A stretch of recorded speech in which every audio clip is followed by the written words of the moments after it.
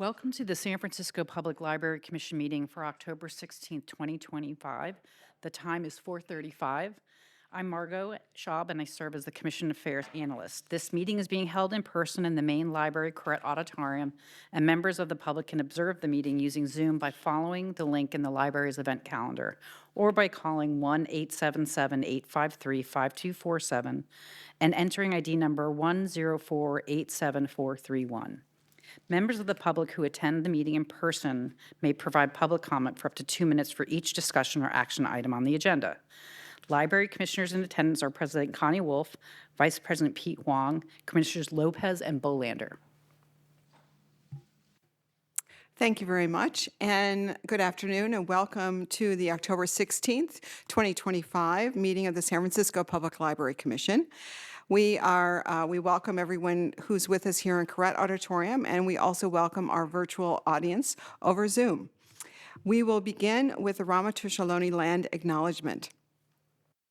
The area now known as San Francisco is the unceded ancestral homeland of the Ramaytush Ohlone peoples of the San Francisco Peninsula. As the original peoples of this land, the Ramaytush Ohlone have never ceded, lost, nor forgotten their responsibilities as the caretakers of this place. We recognize that we benefit from living, working, and learning on their traditional homeland. As uninvited guests, we affirm their sovereign rights as First Peoples and wish to pay our respects to the ancestors, elders, and relatives of the Ramaytush community. For today's meeting, all of the materials are available on the Library Commission website or at the back of the auditorium here. Today we have a total of 5 agenda items, and as usual, we will begin with general public comment. This is a moment for members of the public attending the meeting here in Corrett Auditorium to address the Commission on items of interest that are within the subject matter jurisdiction of the Commission. If any members of the public have items that they want to discuss in relationship to the agenda items, you can save those comments for when those agenda items come up. Otherwise, this is a moment for you to address any issues pertaining to our jurisdiction. So general comment is now open here in Corrett Auditorium.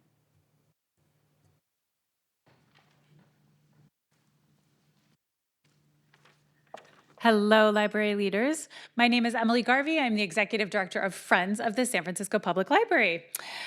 Friends is pleased to once again be participating in Lit Crawl, the city's annual literary festival hosted by Litquake. Our event will be themed this year Future Ghosts and Family Heirlooms and will take place on Saturday, October 25th from 6:30 to 7:30 p.m. at Et al. On Mission Street. Our event will feature our Lisa Brown and Daniel Handler residents this year, Kelly Daly, Kevin Dublin, Ash Huang, and Maya Kinney. The event will showcase humor, speculative fiction, poetry, and memoir writing. Our book sale is coming up also this month, or actually at the beginning of next month on Friday, November 3rd, at the Donation Center in Potrero Hill. There will be great books and great deals as always.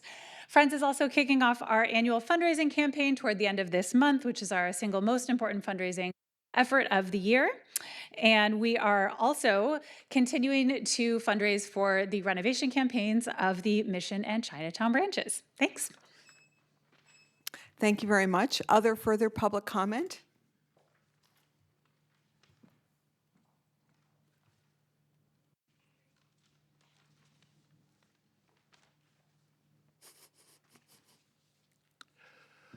Good afternoon. Peter Warfield, Executive Director, Library Users Association. We can be reached without getting hacked at P.O. Box 170544, San Francisco, California, 94117-0544. I have 3 concerns that have to do with the safety of library users as well as, in some cases, the library itself. The first is that the library is uncritically touting and pushing people to take part in various aspects of the internet, including most particularly social media. Those have been pointed out by many people, public officials like Kamala Harris, former President Biden, the U.S. Surgeon General, and insiders like Frances Haugen, who testified at the Senate 3 years ago, and to newspapers regarding the Facebook prioritizing profits over safety. The library shouldn't be touting those things unconditionally, as it does repeatedly in publicity and so on. It should at least, at a very least, alert prospective users to the increasingly known dangers. Second, the library desperately needs a privacy audit or privacy review so that it can make sure that it is following and protecting the standards of the American Library Association, ethical standards regarding privacy, that is the confidentiality of patron records. And third, contingency planning. I've never seen a fire drill at the library in any place. I think that contingencies these days, potential problems, are many more than before.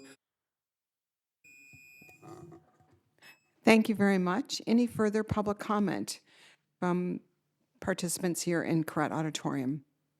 Seeing there's no further public comment, this agenda item of general public comment is now closed. And we will move on to item number 2 on the agenda, which is discussion and possible action to approve the September 18th, 2025 commission meeting minutes. We will open it up for public comment before our commission discussion on this item. Public comment is now open here in Correct.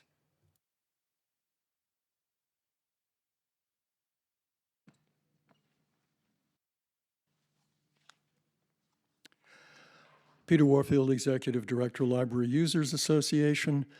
Library users at P.O. Box 170544, San Francisco, California 94117, 0544.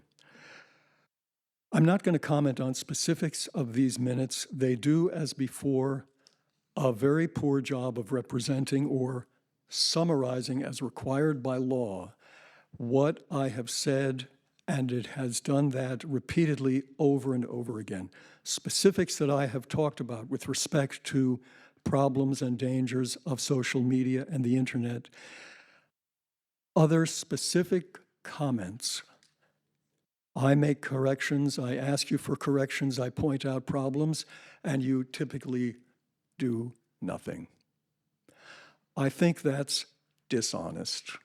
I don't think that you should be party to dishonest minutes. I think you should be doing a conscientious job of providing minutes that help people understand what has gone on at the Library Commission, including your own discussions and deliberations, your own decisions. And certainly what's specifically required by law, which is to provide a summary of what the public has said when they make public comment. You're not doing that. Listen to the audio, listen to the watch the video, and you'll see that at any particular place where you have put a so-called summary of my comments, it's far from accurate, it's far from even an attempt at completeness, and it leaves out very important specifics that I have said, often making the thing unintelligible or losing the point. Thank you. Thank you. Any further public comments on this agenda item? Seeing there's no further public comment's now closed on item number 2, the September meeting minutes. And I now turn it over to the commission. And this is an opportunity for us to review the minutes and to approve them. Commissioner Bolander. Yeah, just one thing on page 3, underneath Human Resources Update. There's a typo. It should be COVID, not COVI. Other than that. Any other comments from the commissioners? I have on Lopez. on the same page under one of my comments. It was professional development, not just development.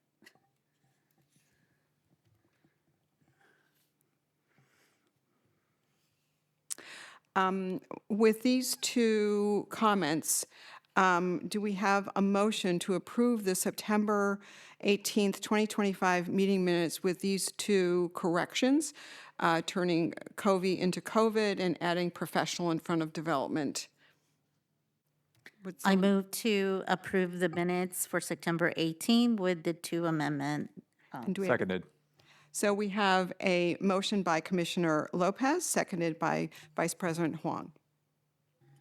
And I'll take the roll call. Commissioners, please say aye or no when I call your name. President Wolf. Aye. Vice President Wong. Aye. Commissioner Lopez. Aye. Commissioner Bolander. Aye. The motion passes unanimously, and we now turn to item number 3. I'm excited about this item, personally, professionally, and always. This is about the wonderful program that takes a village, the entire system, this 2025 Summer Stride overview. So I turn it over to City Librarian Michael Lambert. Thank you. Thank you, President Wolf, and good evening, library commissioners, library staff. Appreciate this opportunity to report out on our wonderful community response to this year's Summer Stride, our annual summer learning, reading, and exploration program. I see Alejandro Gallegos, our community engagement manager, is here, and he is joined by Ileana Pulu, our acting youth services manager. Alejandro, take it away. Shoot, you just did my first slide. But cool. Great. Thank you for having us because, again, it is also our pleasure to come and be able to share our biggest program of the year, which is Summer Stride.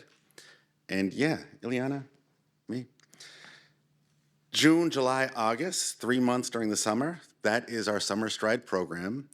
Like past years, it's been, our learning goal is 20 hours. That includes reading, learning, listening, and library time. I'll draw your attention to the finishing prize, which for the last 10 years has been a super cool tote with original artwork. But I think some of you commissioners were at the unveiling at a staff event in May where we unveiled the little tiny mini tote. Some of you might read the New York Times and heard my boss talking about the mini tote in there as we talked about getting more adults to participate. They were a big hit. That's probably the most exciting thing on this slide. My overzealousness with the artwork kind of covered up the online database, which should say Beanstack. If you participated in Summer Stride online, you used Beanstack. Tote bag, perfect, check. Okay. Some of the collateral that we produced that we found very popular this year are stickers. We made some really cool pencils. You all probably saw some of this, bookmarks. 2 ways, when I said 20 hours, a couple of ways to do that. You can traverse the map that's there, but also you could do activity bingo right here. Here's the map. If you participated in Summer Stride with one of these, you had the option of going around that map, and every hour that you would read, you would color one of those in.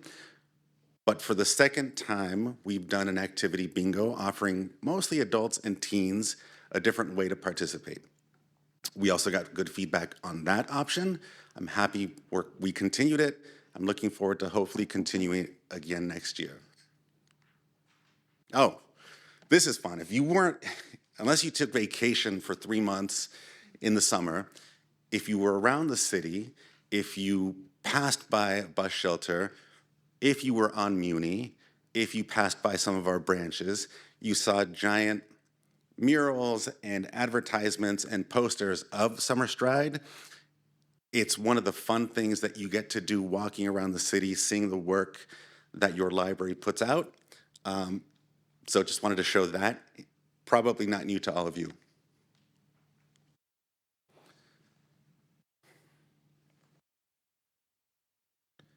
This year, we kind of crossed a nice round number, 30,000 signups. We thought it'd be fun to show like a little historical context of kind of those numbers. I'm also particularly proud of the green bar, over 20,000 finishers, almost 70% of people finishing this program.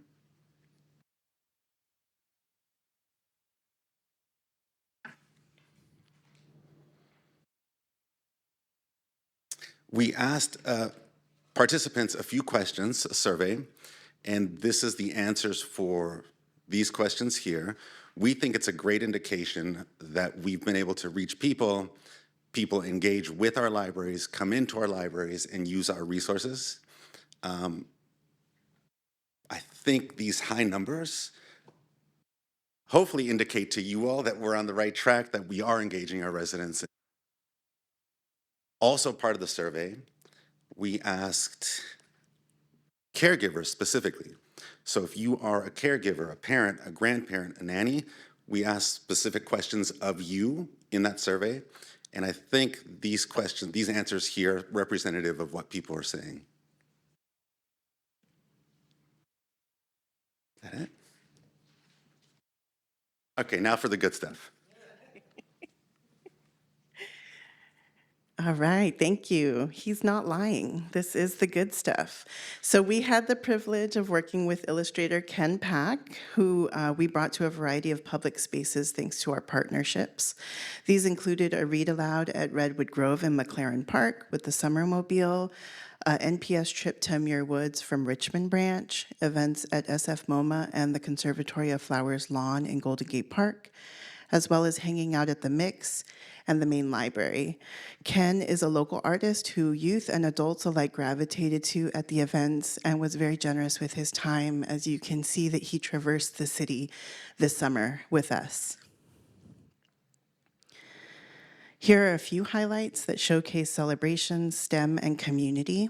Every single library location bustled with presenters, performers, workshops, and book clubs that represented the Bay Area's unique culture, diversity, and community. Programming highlights included the Breakfast Project, more Library and Parks connections, live animals, insects, and cultural programming during the summer, continuing that proud tradition that we have during the school year. Pairing these events with our SFUSD SFPL recommended reads titles provided high-quality learning experiences for all ages. Many families, summer camps, and school groups and community groups visited the library. We had over, I'm just going to go back. We had over 1,900 events this summer for youth and family with over 68,000 participants at those events. We had 400 class visits, so the library saw an additional 8,000 youth, and library staff were also at 52 outreach events and interacted with over 10,000 participants. All right, thank you for being patient. We've worked really hard to make an internship experience for youth that encourages youth voice, learning, and community. This summer, we had 53 Yale interns, youth engaged in library leadership at 17 locations that worked over 4,000 hours. Through our partnership with SF YouthWorks, the interns are paid an hourly wage. Once they complete all their deliverables, including their final project and paperwork, they are then eligible for a $500 college scholarship. They met Ken Pack, our illustrator, as well as author and photographer Barbara Ramos.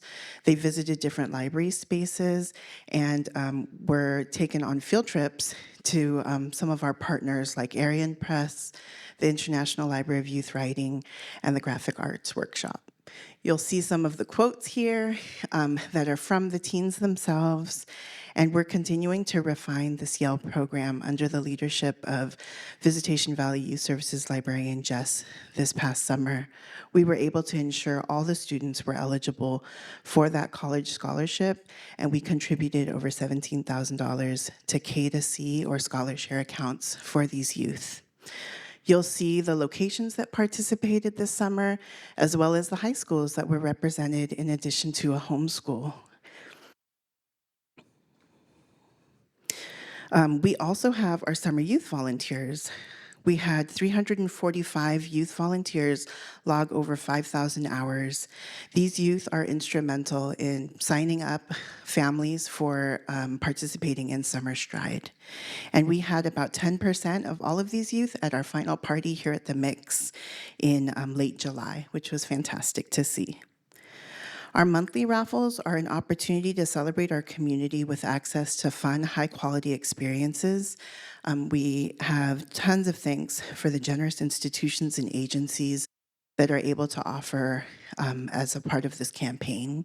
The raffle tickets happen in person at every location and is a moment for the library visitors to meet staff and find out more about what's happening that day or week. Celebrations start in June with the hardest working staff in our libraries, communities, and neighborhoods. Pictured here are some of the teams from Shine Day, the first weekend of Summer Stride, to kick off the glory of books and events for all ages. From the displays to the artwork to the book recommendation and events, summers always shine here at our library. Finally, a thank you to our 2025 Summer Learning Committee, Michelle, our management liaison and chaired by Alejandro Gallegos. Our largest programming sponsor, the Friends of the San Francisco Public Library, we couldn't do it without them, as well as our generous partners who contribute so much to building the successful summer. Thank you. Thank you, Ileana. Thank you, Alejandro. Thank you very much for that robust presentation. The numbers are pretty significant in all of the different aspects of it. Before we open this up to comments and questions and discussions at the commission level, we welcome the opportunity to have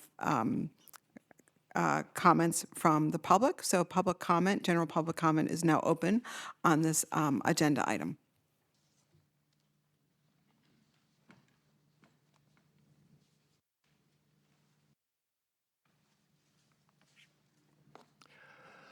Peter Warfield, Executive Director, Library Users Association. P.O. Box 170544, San Francisco, California, 947, San Francisco 94117-0544. Thank you very much for the presentation. It's always a pleasure to listen to what the library is doing, and especially to have it in some level of detail, and in particular, this one focusing as much as it does on books and reading. My primary comment would be that in general, I think that the publicity could be improved for this as well as for other library programs in this respect. It's possible to go into a library branch and, since there are many, many programs of all kinds, not really be able to comprehend what's happening. Overall, and in particular, if you have at the library, you can go through that. There's a huge number of programs. But what's happening today? What's happening this week? What's happening as an ongoing matter as opposed to what's happening today? Quite a number of times I've chanced on a really excellent program that I was surprised I wasn't aware of, even though I go to the main library relatively often and branches as well. But I had no idea that something was happening that was of particular interest. You know, maybe I should spend more time, but the point is you have, for example, stuff up in the main library right now for November programs that are more than a month away, combined with something that might be happening next week. What about when I walk in and some friend of mine rushes out and says, "Do you know something's happening at the Corrette? How about something that says what's happening today at the location where we're already at?" Thanks very much. Thank you very much. Any further public comment on agenda item number 3? Seeing no further public comment's now closed, and I now open this up for comments discussion at the commission level. Any? I had a couple of, did you want to, go ahead, please go ahead, Commissioner Lopez. I just want to commend everyone who works on Summer Strike. It's definitely something that the city's known for, the library's known for. You walk, you take Muni, like you said, and you see families with their tote bags, with the books. I work in a public institution, and I see students carrying their tote bags, and out of curiosity, I ask, and like is enjoying hearing how much they enjoy like the different programming and everything. And I know that it takes a village and it's a lot of work. I really like the partnerships that you have developed over the years with this program, and how you engage the youth with the economy as it is. A lot of youth do not have different ways to do programming, to learn new skills, to connect. So I really commend all the hard work that you've been doing every year. Like President Wolf said, this is like the fun report that everyone wants to hear, because it goes beyond like children. It's for adults. It's for families. So thank you to the committee. Thank you to the library staff for putting this, this 3 months of fun. And you're right, Alejandro. If they missed it, it's because they haven't been in the city for 3 months. So it is, and on the buses, it's all over the city, and every year the artists just bring a different touch to it. So thank you. I just have words of appreciation for all the work you do, and for a programming that is just excellent. So thank you. Just to respond real quick to, I think I could have put a finer point on it earlier when you mentioned the work the committee does. We ask all of our locations to kind of pivot what they do the rest of the 9 months. As Ileana illustrated up here, we ask them to do like a lot more STEM programming, a lot more indoor, outdoor programs, because that's what our patrons have said they want. So we've tried to accommodate that. And you're right, that means that our staff all around the system kind of switches up what they do. It's a lot of work for them, and to see like comments that our users have and the pictures of happy people and people at our libraries is really, affirms what we're doing. And also, like, I don't know if our staff is here right now, but hopefully they see it. It is like them. Our committee can't plan these things and not have them do it. So I will stop beating this dead horse, but yeah, thank you. Thank you very much. I had a couple of questions and comments. First of all, I think it's, as Commissioner Lopez so kindly said, that what's happening for the youth with the Yell program and the youth volunteers, to me, is just really a really core feature of this program, because it really can transform these kids and give them opportunities that they wouldn't otherwise have. And I just want to say how excited I am, Ileana, for the work that you're doing to create the new Youth Advisory Board, and also that we will now be having a Youth Poet Laureate. So this focus on, the library's focus on really getting youth and teens engaged in very innovative ways. I can only imagine how the new Youth Advisory Board will inform what really happens in Summer Stride for their peers. And I'm really excited to see what their voices bring to the table and how you can ensure that those perspectives are brought forward. So I just want to say thank you for that work. I'm sure it's not easy to get it all done, but we're really looking forward to both of those projects really launching. I also so thank you for that. I also just had a question, which is, what are your lessons learned? Where do you think you could do better?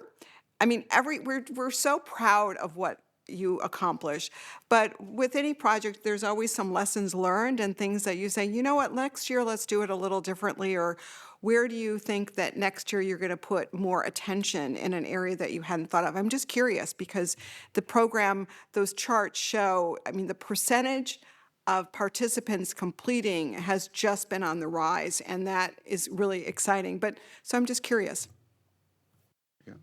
Yeah, I have something because it's something that we look towards every year, and we've seen maybe incremental changes, but we'd really like to continue to approach it. And it's having more engagement with finishing the program. And to your previous comment with our teens, right? So our teens have, our teen programming statistics have changed over the years where there's less engagement in maybe adult-created events for teens and more interest in teen-created events for teens. And teens looking for opportunity for a paid job or a volunteer opportunity or something like that. So that in and of itself has shown like that's where the engagement is, and that's where we could look to learn from. So by building on that, considering we want more people to participate, and we want the people participating to be able to finish, so more engagement. How we're going to get there is definitely a staff effort, and we're thinking about kind of different ways to combine forces with partners, with different staff, our parks, other beloved institutions to see how that could happen, and then to measure the approach and make sure that it's done in a sustainable way. So that's one that I thought, but Alejandro, do you have another? Two quick ones, one kind of specific and one a little bit more broad. We got feedback from users who wanted to experience summer outdoors and with their families. So this year I think we tried to provide more of that. That came in ways like doing programming at Golden Gate Park like every week, or being out there every week, every Monday, doing like small business walking tours around neighborhoods. We had like different birding programs throughout different of our locations. And that was really a response to like, how can we figure out how to do library programming, and also during the summer have it outdoors when I want to do it with my kids or parents or families, but still experience this type of programming. It doesn't have to be indoors at our location. So that's one thing we could probably do more of, and I think people really enjoyed it. Two, what was it? Oh, I think kind of what more broadly that falls into, and part of the strategic plan is kind of like, how are we getting intergenerational, all ages programming? And by all ages, not just we can all go watch this performance, but how are we getting people in a community attending this program, engaging with each other through the library? Like, we can be a conduit to have kind of to grow these relationships and to make these connections stronger. If we all attend a program not knowing each other, what is our role as the library to get us to introduce ourselves to each other, to kind of have that shared experience? And I leave this program and I now know like Connie and Michael and Dolly and this girl with the glasses over here, but I forget her name. And it's like, but I remember her. Next time I see her, I'm like, wait, you went to that birding program. Like, hey. And it feels like if we can create stronger connections and relationships and be mindful about that, is like kind of another way that broadly I think we could grow. Really lovely answers, and really exciting that you're thinking in these terms to kind of never be satisfied with the status quo, which is really important because life is changing constantly and needs and demands change constantly. So I think we can pull this to an end. And I do want to say, is there any department or any group within the entire San Francisco library system who is not touched and does not participate and contribute to Summer Stride? I mean, this is an all hands on deck activity. And so I not only want to thank the committee for their leadership and the two of you for your wonderful presentation and your ongoing leadership, I want to thank each and every staff member at every branch and in the bookmobiles everywhere who really make this a shining program of the library, because it could not happen otherwise. It's not just a one-off, it is all embracing. So thank you very, very much for the work you do, and congratulations on the success this year. And we are already looking forward to next year's presentation and, of course, activities. And personally, I'm hoping for a different color T-shirt next year. That's incorrect, I think. But congratulations to all of you and all of us for like supporting all of this. Yeah, so thank you very much. Okay, we will now move on to item number 4, which is another great opportunity here at the commission meetings, which is our city librarian's report. So I turn it over to our most amazing city librarian, Michael Lambert. Thank you so much, President Wolf. We have a number of reports lined up this evening, and I'm pleased to introduce our first presenter. Naomi Jelks is serving as our main library manager, but for the past few years, she has been our racial equity manager. And tonight, she is going to be presenting on progress towards our racial equity goals.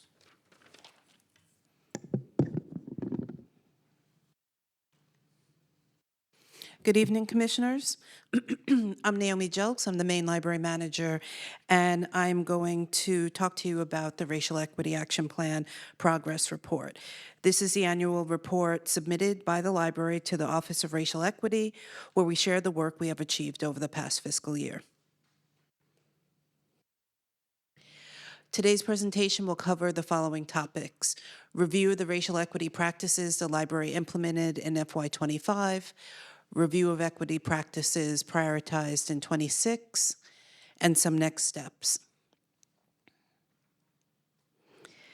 In the annual progress report submitted to the Office of Racial Equity, the overarching question asked is, what is the racial equity practice that your department has implemented in the last year? In FY25, SFPL formally established several affinity groups, which includes the BIPOC Affinity Group, led by racial equity analyst Hernan Acevedo, the Black or African American Affinity Group, led by African American Center Manager Shauna Sherman, and the Latinx Affinity Group, led by Latinx Program Manager Francisco Cordonas. These convenings create a sense of community and well-being for staff that in turn increases their sense of belonging, which brings greater job satisfaction. This fiscal year, the Human Resources partnered with library staff and Affinity Center program managers to strengthen our recruitment efforts. The Partnerships, Outlets, and Pipeline Initiative aims to increase applicant pool and diversity by identifying and leveraging outlets and partnerships. For example, we found that by having diverse staff table at employment events such as this year's Rec and Park Citywide Job Fair, prospective employees were given the opportunity to talk directly to staff who deliver library services, which helps them better decide if a career at the library is really for them. And it's a fun way for the library to connect with community.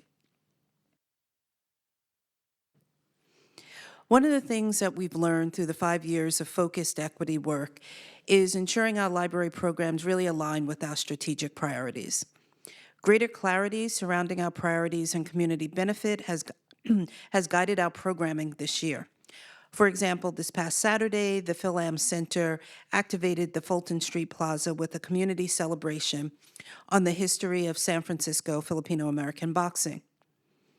In addition, our annual Comic Arts Fest focused on uplifting Tenderloin youth through art and literature really exemplifies the library role as cultural amplifier, helping facilitate cultural experiences that celebrate and deepen understanding of the diverse communities of San Francisco. As we move through this fiscal year, I really look forward to the different ways Vision 2030 will continue to express itself in how we serve the public and how we grow as a department. This concludes my presentation. I want to thank each and every one of you for your many years of support in this equity work and as we embark on Vision 2030. Thank you. Thank you so much, Naomi.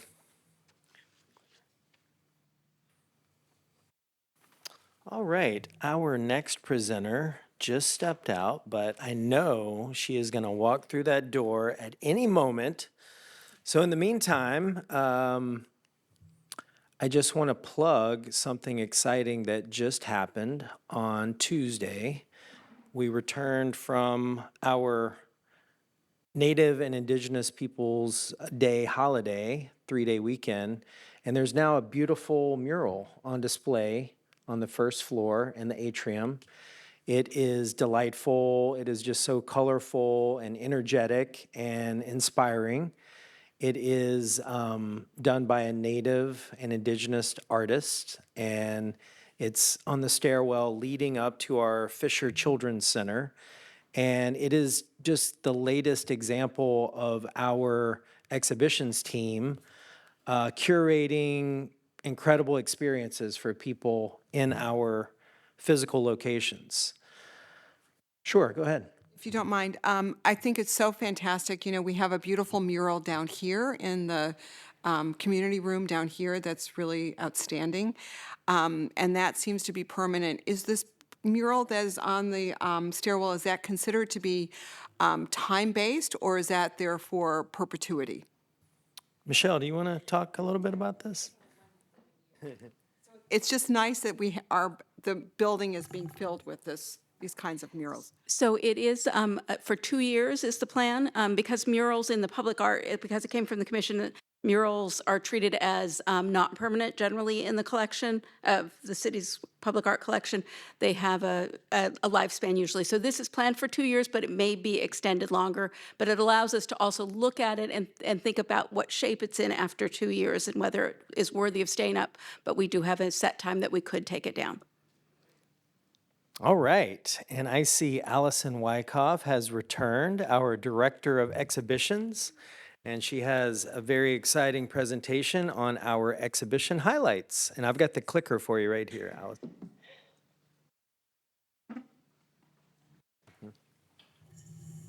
Sorry about that. I thought I was after Lori. And I went up to get something really special that I wanted to share with everyone. But hello, thank you so much for the invitation to present at today's Library Commission meeting. Let me just catch my breath. I'm thrilled to introduce the current slate of exhibitions and share what's upcoming to finish out the calendar year. It's been a busy one. All around, as we've heard today. On October 2nd, we opened the current Jewett Gallery exhibition, Living Tattoo Traditions, American Irizumi and Beyond, to great reception. The opening party had 954 people in attendance and was a fantastic show of community, featuring taiko drumming and an opportunity for visitors to share their tattoo stories, which were caught on video, and those videos just went live on YouTube, so you can find them there. San Francisco Public Library exhibitions provide a platform for artists and curators to share the stories of our diverse communities, and Living Tattoo Traditions is an exemplar of community co-curation and the transformative power of art and storytelling to connect, to build community, and to inspire.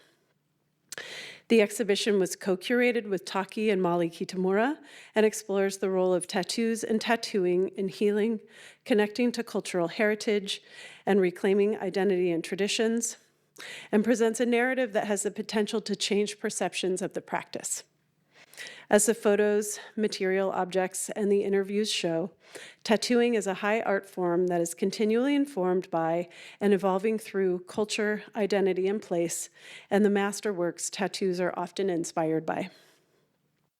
The library co-produced a 250-page exhibition catalog showcasing even more photos and stories with Hardy Marks Publications, the premier tattoo-related publishing house. And that's what I went upstairs to get. It's right here. In addition, we have a robust suite of satellite displays connecting to San Francisco Public Library collections and a series of programs. Later this month, we open Fashioning Bay Area Punk, Style, Subversion, Shock, which pulls from the San Francisco Punk Archive. In November, A Magazine for Every Interest, A Magazine for Every Tattoo opens in the Magazines and Periodicals Center. And in December, Inked Zodiac, The Art of Jimmy Shai, opens in the Chinese Center. We're finishing out a busy year of exhibitions with a diverse lineup of projects. In addition to what's listed on this slide, elements of the Skateboarding San Francisco exhibition are currently on view at the Ortega branch before moving to Western Addition in 2026. And a highlight I'm excited to share that I hope you'll be able to see before you leave tonight, if you haven't already, is Atem Tuhei, the new mural on the stairs in the atrium, which leads to the museum, or the main children's center. The mural is a vinyl reproduction of a painting by artist Belen Islas, celebrating indigenous storytelling traditions as an intergenerational expression of wisdom and knowledge sharing. This was a partnership with Jonathan Cordero, the Executive Director of the Association of the Ramaytush Ohlone, and the San Francisco Arts Commission. We finished the year producing over 25 exhibitions and displays at the main and the branches, from exhibitions that celebrate and uplift to those that educate and inform. You can see from this small list, there's truly art for everyone here.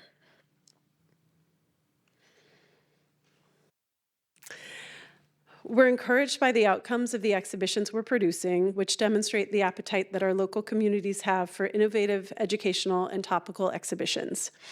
The stats on the slide show the Jewett Gallery attendance numbers for the 5 exhibitions the current team has produced since the fall of 2023.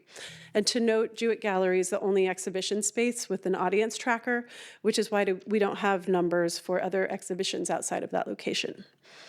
Total attendance for these 5 shows is just over 28,000 visitors, with Skateboarding San Francisco having the highest attendance in the library's recorded history with close to 11,000 visitors.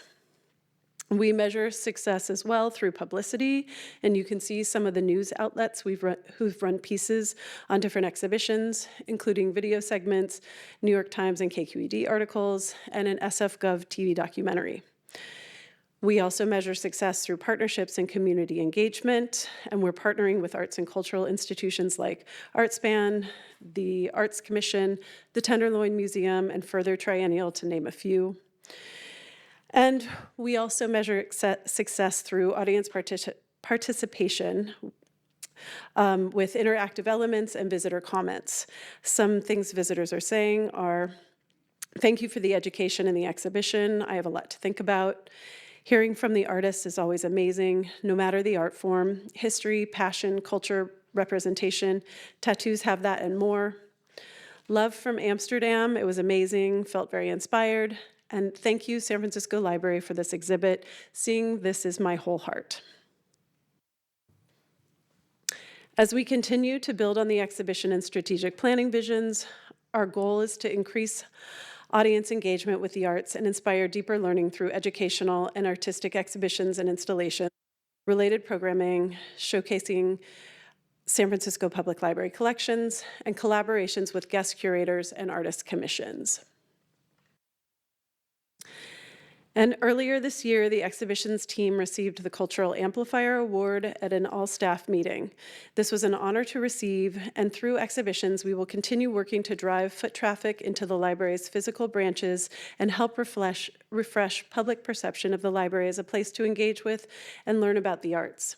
While the library has been a longtime host of exhibitions from beloved community artist groups such as San Francisco's Friends of Calligraphy and the Handbook Binders of California, our still newish team's vision is to bring in a younger generation of visitors and to broaden our reach to a diverse audience that mirrors the demographics of the city. I conclude with the team's continued commitment to making the library an artful destination. As we whet visitors' appetites through exhibitions, installations, and exhibition-related programming, we provide an entry to artful learning that we hope encourages patrons to check out a Discover and Go Pass so they can explore arts and cultural institutions across the Bay Area. Offering no barrier access to art and ideas is critical to helping San Francisco maintain a healthy arts ecosystem, and we take our role in that very seriously. Thank you. Thank you so much, Allison. All right, our closer tonight is Lori Tallarico. She has a very exciting announcement. Take it away, Lori.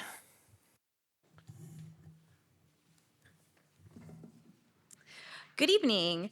I'm Lori Tallarico, Adult Community Engagement Coordinator with Community Programs and Partnerships, and I'm here to talk about One City, One Book. Each year, One City, One Book brings San Franciscans together around a single work of literature that sparks dialogue and conversation. This year's book bridges science and story. It's a memoir about the human side of AI, touching on empathy, belonging, and ethical innovation, values that align perfectly with San Francisco's spirit of curiosity and inclusion. I'm excited to share our 2025 One City, One Book selection, The Worlds I See by Dr. Fei-Fei Li. A little bit about the book.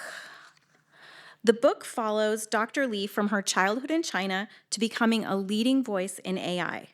It blends her immigrant story with the evolution of modern AI, reflecting on creating technology that serves people, not power. She explores how poverty, mentorship, and education shaped her belief that technology should be guided by compassion and ethics.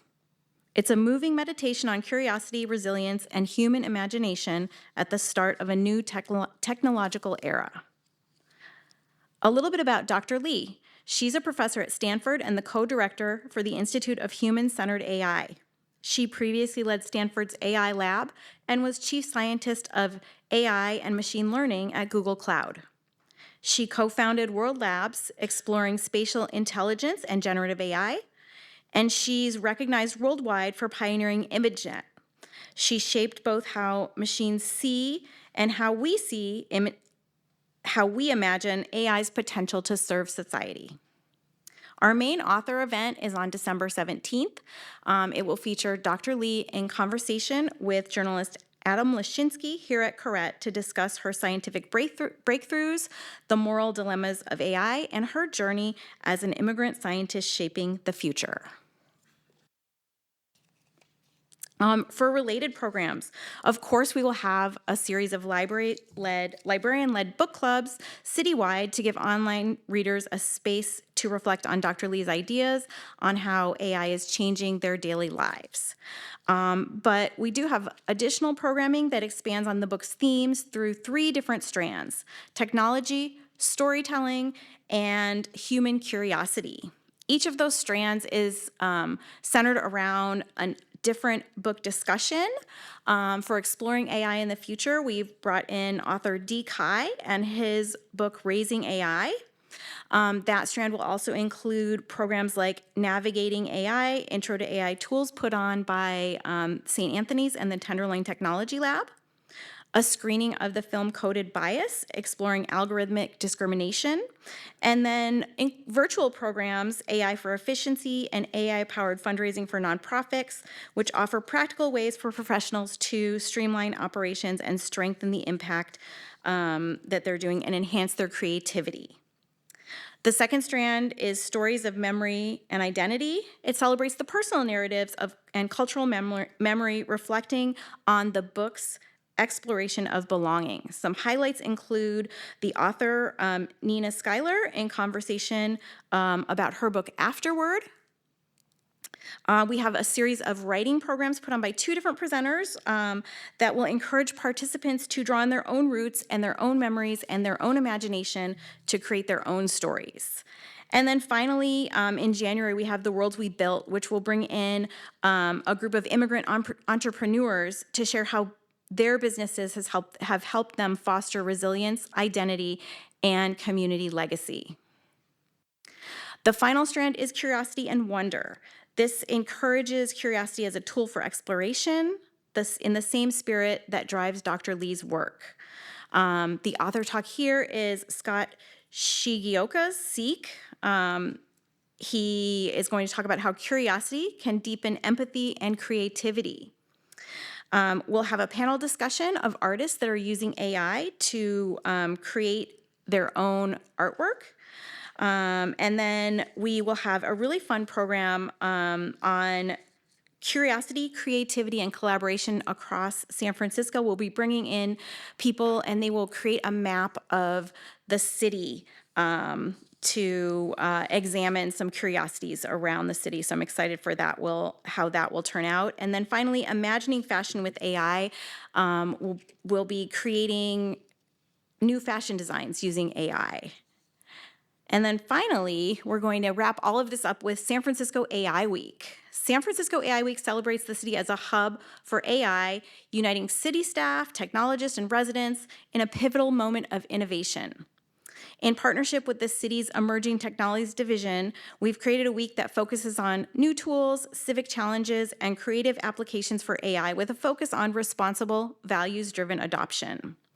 Throughout this week, we'll present programs that show how AI intersects with daily life, including things from art, music, small business, labor, and environmental stewardship, inviting audiences to learn, experiment, and imagine together. And then this week will culminate with our main One City, One Book event, the Author Talk featuring Dr. Lee and The Worlds I See. I could not have done this without our wonderful selection committee, and I want to give a thank you to all of them. Our committee reflects our collaboration across the library and the wider San Francisco community, including SFPL staff, community stakeholders, past and present library commissioners, bringing a diverse perspective and deep knowledge to the city's readers.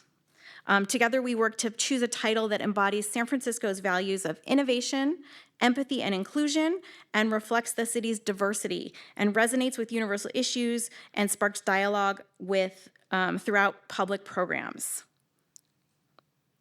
And we are so grateful to our many partners, as well as local authors, artists, and educators who've helped make all of these library programs centered around the book possible. These collaborations help turn the library into a hub where science, storytelling, and civic imagination meet, helping San Franciscans explore how curiosity and compassion can help shape our future together. Thank you. Thank you, Lori. And that concludes the city librarian's report. Thank you. Thank you very much. Really, once again, another robust series of presentations. And before we bring it to the commission for comments and questions, I will now open it up for public comment on the city librarian's report. Public comment is now open here in Corrett Auditorium.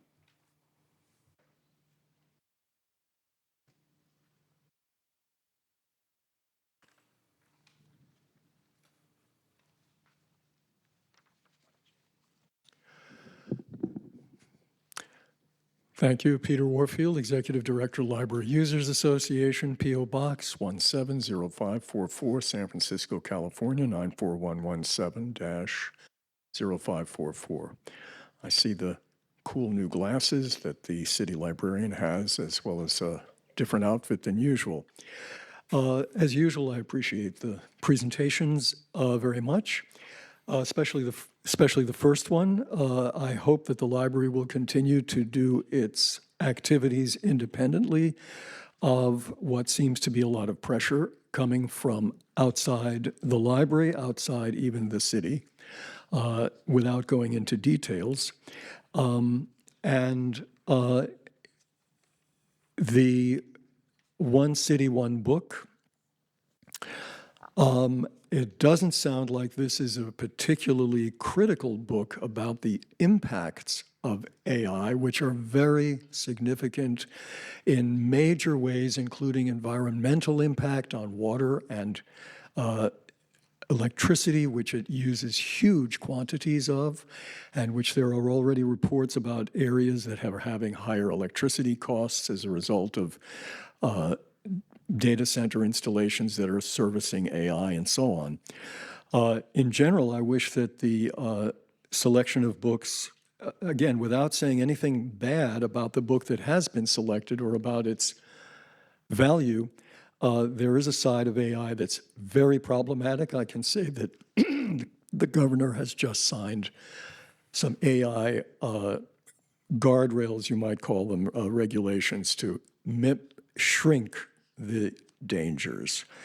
And SFPL Week sounds like a rah-rah for AI. Again, there are some serious problems with AI that ought to be known and publicized. Thank you.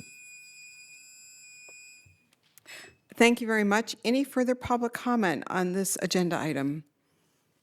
Seeing there's no further public comment's now closed in Corrett, and we now open it up for comments and questions from the commissioners. Just a reminder, we had 3 outstanding presentations on a wide array of topics.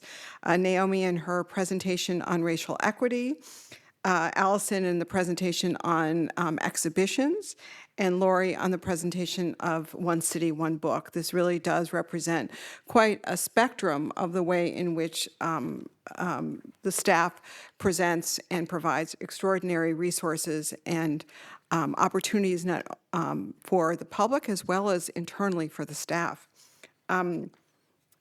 Comments, questions? Commissioner Lopez. Thank you to all the presenters. Naomi, thank you for doing double shift. I know, you're being transitioned, but continue to do the work. Thank you so much. You may or may not know, but for the affinity groups, that's for the staff, correct? Correct. And then do they have a specific time what they need, or is that an ongoing, like, do they have an ongoing agenda or? Yeah, I'm going to, thank you for your question. I'm going to call up Hernan Acevedo. He's one of the leads for the affinity group, so he can share his experience and how they're organized. Okay, thank you. Hi, Commission. My name is Hernan. So the Black staff meets every month. They usually meet on a Thursday after lunch. The Latinx affinity group has been constant meeting every month, and that's usually the first Thursday of every month as well. The BIPOC affinity group, we've been trying to meet every other month, just because of like the added responsibilities. But that's usually how long it lasts. Thank you. I I feel like these are so important and having the space. So thank you for the work and you know I I feel like continuing this effort only strengthens us as a the San Francisco Public Library. So thank you for the staff that participate on this affinity groups as well. No, it's our pleasure. I also wanted to make mention of the fact that the city is looking to create kind of a standard model for affinity groups within the city. So Hernan attends those meetings and shares some of the best practices of our affinity groups.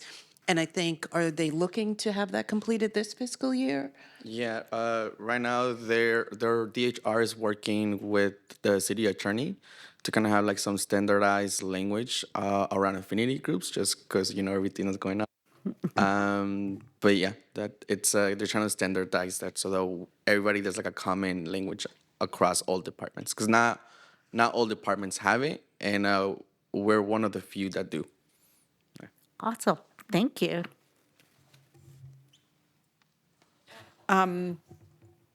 Commissioner Huang, Vice President Huang. Thanks all for all the presentations. I just wanted to add a set of comments on the One City, One Book selection. I knew the library is going to do more stuff in AI at some point. But I just wanted to add some color on the selection way. I think it's actually quite remarkable that the committee ended up landing on this particular author for this topic. It's quite a divisive sort of temperature around AI. It's really hard to strike a balance that will not sort of make the majority of people upset, and it's just really hard to figure out what that nuance is. And I find Dr. Lee, my understanding of the general impression of her in particular is that she is optimistic without being fanatical about AI, and also cautious while not being a curmudgeon about things. And that balance is really important. And I'm hopeful that the events and the programming that you're putting together surrounding that continue to carry that balance. I live out in the West Side, and we have these like posters up on telephone poles that say "Stop AI," like join the protest, and we're going to be protesting at these.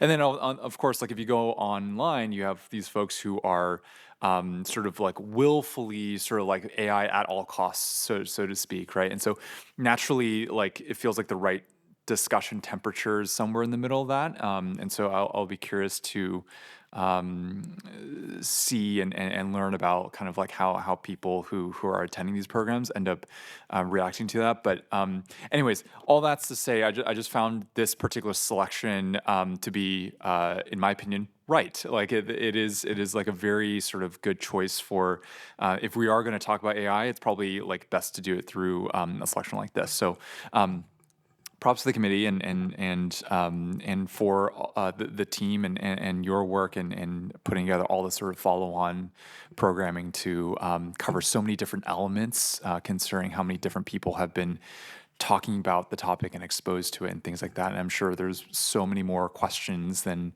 that we haven't uncovered yet. So excited to see the community dig in. Thank you. Did you want to add something else, Commissioner Lopez? Yes, I just wanted to add to something on the exhibitions. Allison, I think that you're doing a great job. I enjoy the different exhibitions that it's really, when I think of exhibitions, there's like a little bit of everything for everyone. I'm not surprised that the skateboarding made it a hit. I'm pretty sure someone in this table had some influence on that as a former, as a skateboarder. But just, I like how,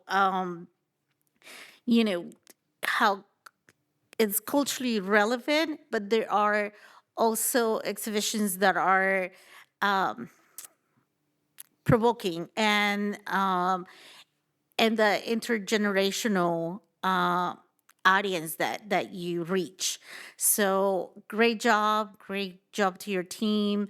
I know the tattoo was commented a lot. I follow a lot of the comments, and it was like, something that I probably wouldn't have thought about it, but I know it received a lot of attention. So thank you for all the work. Yep. Thank you. So I have a couple of comments. Just going down the list, racial equity. Naomi, thank you so much for the presentation and the update. I think what I found most encouraging about the presentation is recognizing where we started and where we are today, and recognizing that the topic of these issues are no longer kind of separate from, like they're not these topics over here, but it feels like they're being institutionalized, integrated, and becoming an integral part of how the library does business and how it thinks about its constituents in all the communities, as well as its staff internally that is making this happen. So it's really nice to see that progression and the deepening and the way in which it's becoming part of the fabric and the foundation of the library, and not an add-on or something separate. So I just want to say thank you. It's really great to see.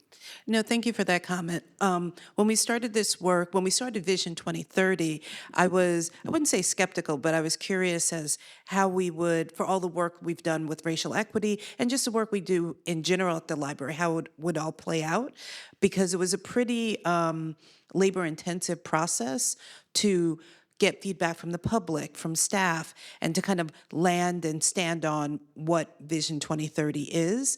And so in the conversations that I had with Michael, with Maureen, and several members of the M team, really emphasizing the ways that we can integrate the racial equity work that we've been doing to be represented in Vision 2030. So I think where we stand now, I feel very confident in now what we've learned as an organization, the many hours of workshops and trainings, not only for the affinity leads like myself, Alejandro, et cetera, but also for the staff, and that they have tools to work with to carry this work forward where we're standing under the umbrella of Vision 2030. Yeah. So thank you. Yeah, so it feels like it's really moving and deepening in a really organic and really good way. So it just won't ever, like regardless of 2030, it's there. Agreed. Which is really great. So thank you for that. And Allison, you know I'm a big fan of the exhibitions program. And I think the one thing that you didn't talk a lot about, which I think is really impressive, is the way in which the team brings excerpts of exhibitions and other kinds of exhibitions to the branches, so that if you are living in a part of the city and aren't coming to the main library, there are opportunities for you to have these visual, very rich visual experiences. And while you can't count the number of people participating, they are incredibly meaningful. And so I just want to say that the program that you are really ensuring really does reach all parts of the city, and it's really exciting. And of course, just so wonderful to see that you're being so responsive to thinking about today and what people are interested in, and finding ways to enrich their knowledge and deepen their knowledge. And, you know, a good exhibition makes you hopefully come in with, you think you have the answers, but you leave with a lot of good questions. And I think that you're really setting that up for, in a sense, sparking curiosity and more ways of learning, which is what we want people to do when they're here at the library. So thank you for that. And finally, I just have to say that one of my great pleasures in being a citizen of the city of San Francisco is serving on the One City, One Book Committee. I think that this community should be enormously proud of the range of authors that live in this area that we get to select from. It's never an easy task to find the right book. So, and getting a vote of confidence from my colleague Pete here is like, wow, that was really great. You did great, Connie. And but I want to just say that we live in such an amazing community of writers and who are exploring through nonfiction, through fiction. Was so happy that Tommy Orange, who was one of our selections a few years ago, just was awarded a MacArthur Genius Award this past week.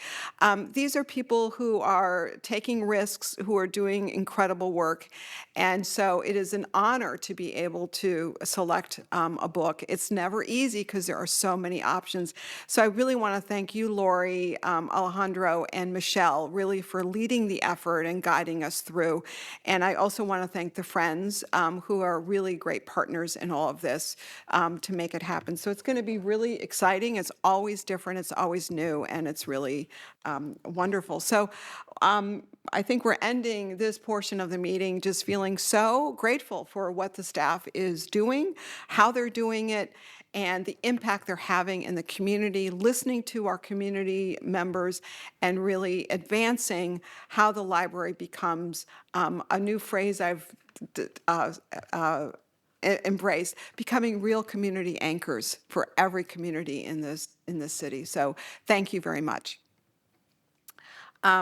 So now we come to our final agenda item of the meeting, and it really is such an incredible moment when we're able to honor people who have had such enduring impact to our city, our community, through their work and connections to the library. And today is no exception. It is really an honor to be able to adjourn our meeting in this way, and I turn it over to our city librarian. Thank you, President Wolf. I appreciate this opportunity to pay tribute to former Library Commissioner Helen Marte Bautista. It was just last month I ran into Abraham Ignacio, our retired Filipino Center librarian, at a library program. And he asked me if I had heard about the passing of our dear former library commissioner. I had not heard the news, but he shared with me that she passed away earlier this year in February. With the support of our Filipino Center program librarians, and I see Mel Reyes in the audience, thank you for being here, I was able to glean that Commissioner Bautista passed away on February 26, 2025, at 83 years young at the Mayo Senior Citizens Residence Facility in Cebu City, Philippines. It saddened me to hear the news, as she was one of the first former library commissioners that I ever came into contact with when I was hired as the deputy city librarian. She was such a delightful, elegant lady, always impeccably dressed and exuding such warm, positive energy. She stayed in contact with our former Library Commission secretary and my retired executive assistant, meeting them for an annual holiday lunch every year. I would periodically see Commissioner Bautista at various city functions, including the annual celebration of Asian American, Native Hawaiian, and Pacific Islander Heritage Month at City Hall. As background, she was appointed to the Library Commission by Mayor Willie Brown in 2000 for her first term, before she was reappointed by Mayor Gavin Newsom in 2005, serving until 2008. During her tenure as a library commissioner, the library commenced the Branch Library Improvement Program, also known as BLIP, to build and refurbish 24 neighborhood branch libraries. This measure initiated a nearly $200 million capital program to update, revitalize, and preserve the San Francisco branch library system. She was also a library commissioner in 2007 when San Franciscans again demonstrated their support by passing Proposition D with a staggering 75% of the vote. Proposition D renewed the Library Preservation Fund and secured the library's future. It also authorized the issuance of lease revenue bonds to secure funding to complete the Branch Library Improvement Program, which was in trouble with funding at that time.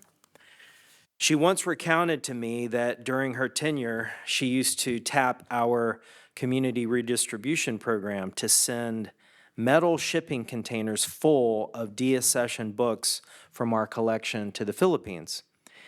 She was also a member of the National Federation of Filipino American Associations, NAFA, Region 8, covering Northern California. She chaired the Food Committee for the first Filipino American History Month celebration in 2005. She was a longtime resident of San Francisco, and she taught for more than 50 years in the San Francisco Unified School District. She served as a board member for the International Hotel Senior Housing Incorporated. She was also on the iHotel Block Development Advisory Committee in 1979 and the iHotel Citizen Advisory Committee in 1980. She is survived by her only daughter, Andrelise Bautista, who I believe is in attendance today. She was buried in Leyte with her father and stepmother in the family mausoleum. This evening, let us remember Commissioner Bautista for her passionate leadership and commitment to literacy and education throughout her lifetime. May she rest in power. Commissioners, I appreciate your consideration of adjourning today's meeting in memory of Helen Marte Bautista. Thank you very much, City Librarian, for that beautiful tribute. I think we'll have a chance to say a few comments, but per our regulations, we now open this up for public comment, and we welcome any members of the family to speak, so thank you. Public comment's now open here in Corrette.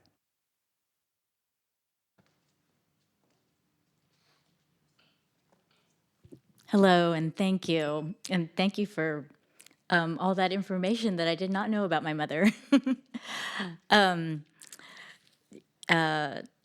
So my name is Andrelise, and I'm here with my family, my husband, Mark, my daughters, Lily and Katie McGlade, and my aunt and uncle, Faith and Paul Kroger. And I just wanted to thank you for taking time out of your meeting to honor my mom. Just briefly, because I know I have 1 minute and 25 seconds left.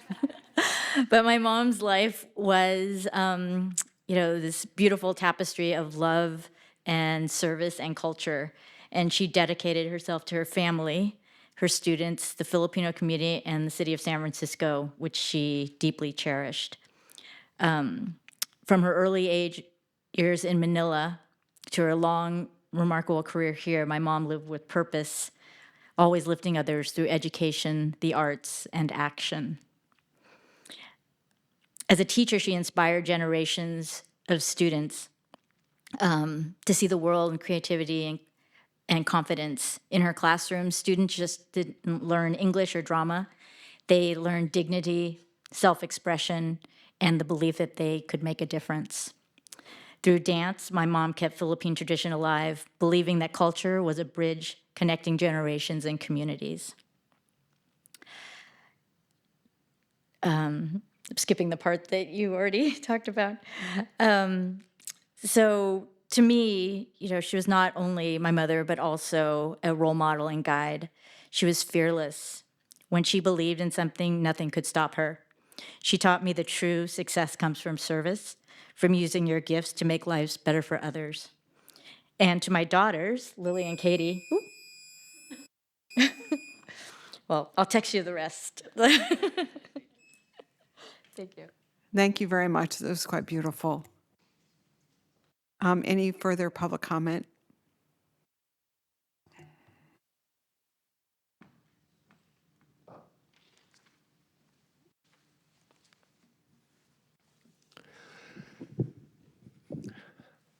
Peter Warfield, P.O.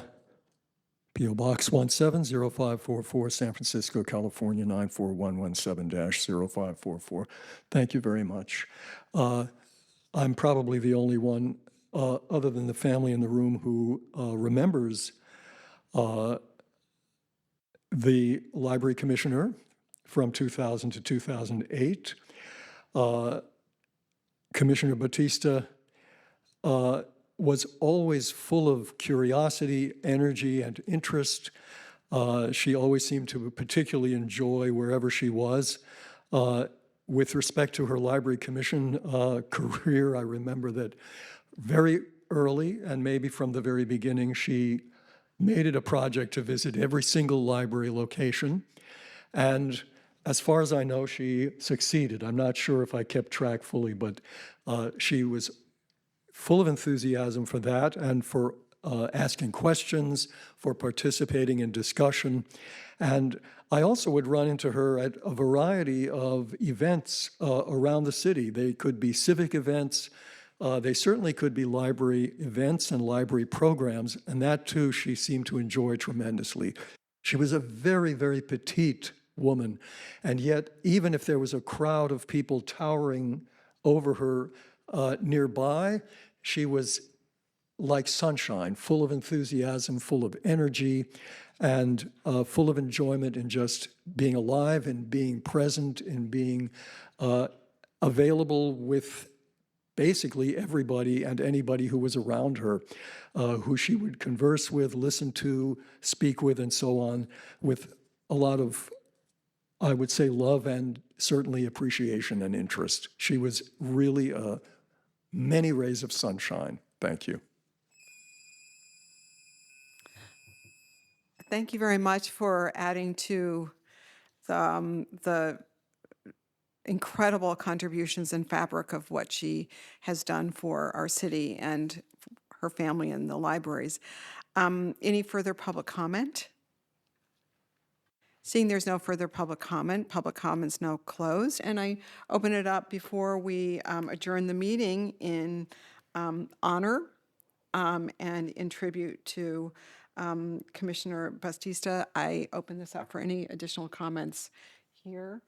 I think we can all agree, I can speak on behalf of the commissioners, that there's nothing that makes us more proud and also more dedicated to learn about the commissioners who came before us and the pathways they have created to allow us to continue the work that we do.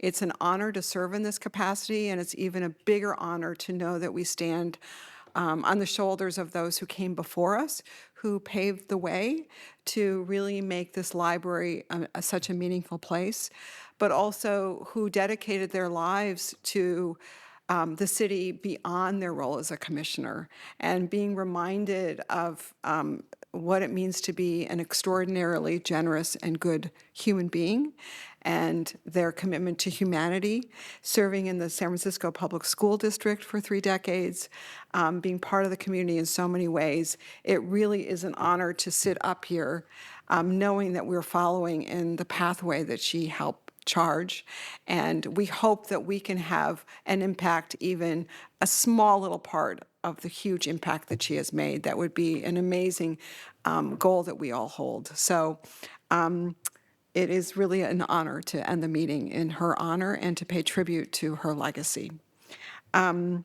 So do we have a motion to conclude the meeting in honor of Helen Marta Bautista?